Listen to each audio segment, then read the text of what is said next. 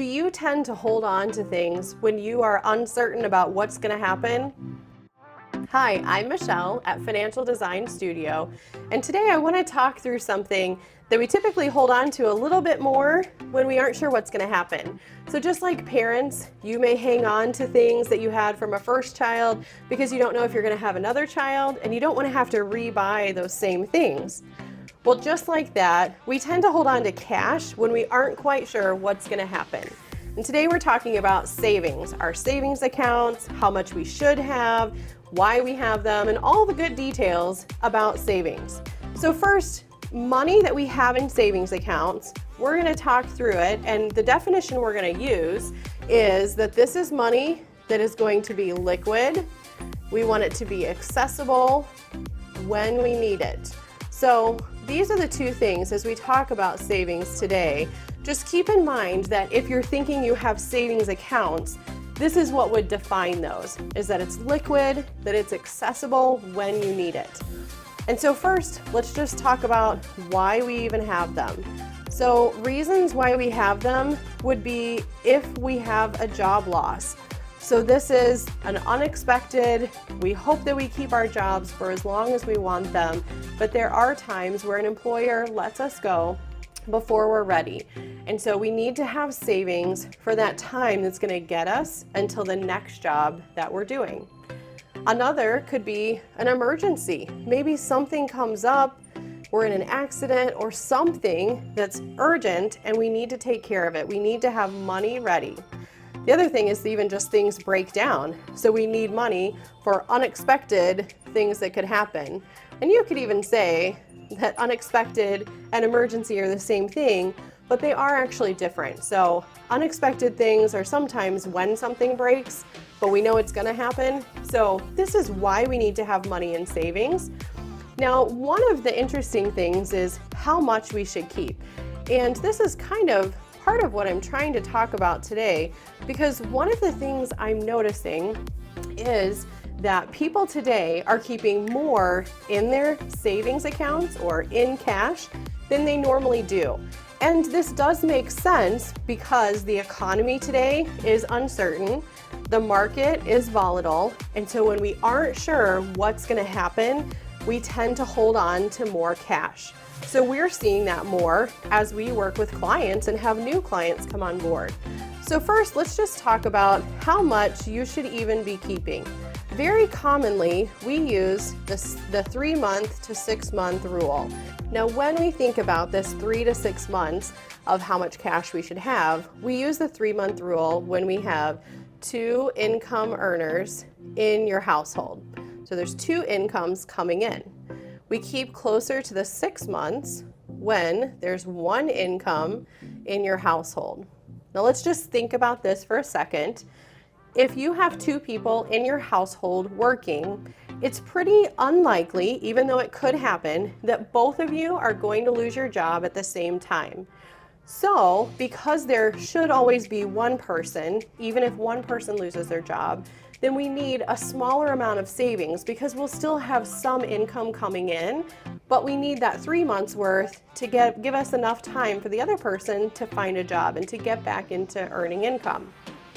Likewise, with the 6 months, if there's only one person working, that might mean that they have a higher paying job. It might mean that it's going to take them longer to find a good job to replace the one they had. So we want to allow for more time so that there's more money there to support your family or you in that case. So that's typically our rule.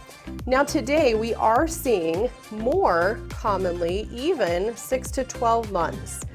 Now this isn't a bad thing. It's okay to want to have more cash than the 3 to 6 months. That's perfectly fine.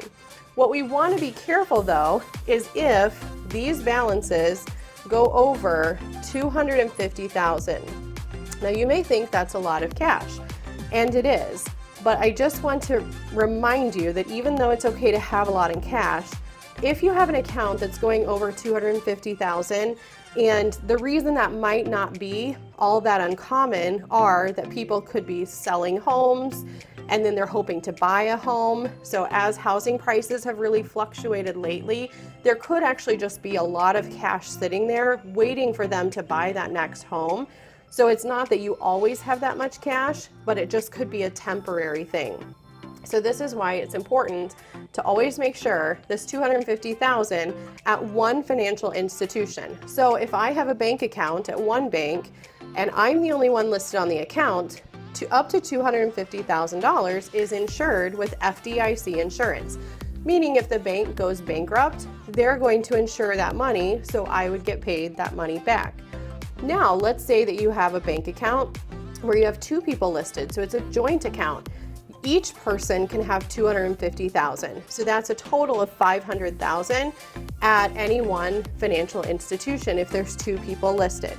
So the rule is $250,000 per person per, and we're just gonna say bank. So that's when you know you're not keeping too much in cash. So just be sure you're staying under that, because there are circumstances today that might actually cause you to have more. Now you might be wondering, or maybe you've already figured out, when should I be having a savings account? When should I make sure that I have my emergency fund funded? And that answer is always. You always want to have this step done. So these are one of your first basic steps with finances, is as you're earning money that you're setting this money aside. So then when you start investing and saving, if you have a need for money from one of these unexpected reasons, that you have somewhere to take it from instead of having to sell your investments when maybe they're lower. That's not what you want to have to do. So now that you have this large amount of cash set aside for whatever need might come, we want to make sure that you're earning as much as possible. And I know this is going to sound strange that I'm this excited about this interest rate, but today you can get closer to 1.4 or 1.5% per year in your savings account. Now I want to be specific, and this is where you need to be very careful and you need to pay attention to what your savings accounts are paying you. So for example, we're going to think money market accounts, and then also online savings accounts. These are typically the accounts, the types of accounts that are paying you the higher interest available today. Now these might be accounts such as Ally Bank or Capital One 360. And I just wanted to give you these examples so you have a couple to actually look for, but there's many out there. So there's so many. The nice thing, and what you want to look for, is that the nice thing is these accounts, when it's earning the highest today, is that as interest rates continue to go higher, and we expect them to, is that you will continue to earn more on your savings accounts. So it's important that you're putting it into these types of accounts so that as rates go up, you're earning more and you don't have to move it into a different account to earn that amount. You really want to check your savings accounts on your bank. So for example, just because you have a savings account at your bank doesn't mean that you're earning this higher rate. You actually could still be earning a much lower rate. So please be sure and check wherever you have that large balance for the savings emergency fund that it's earning as much as possible. So if you want to learn more about interest rates or inflation, we have several blog articles about this over on our website. So please go check it out. And thanks for watching.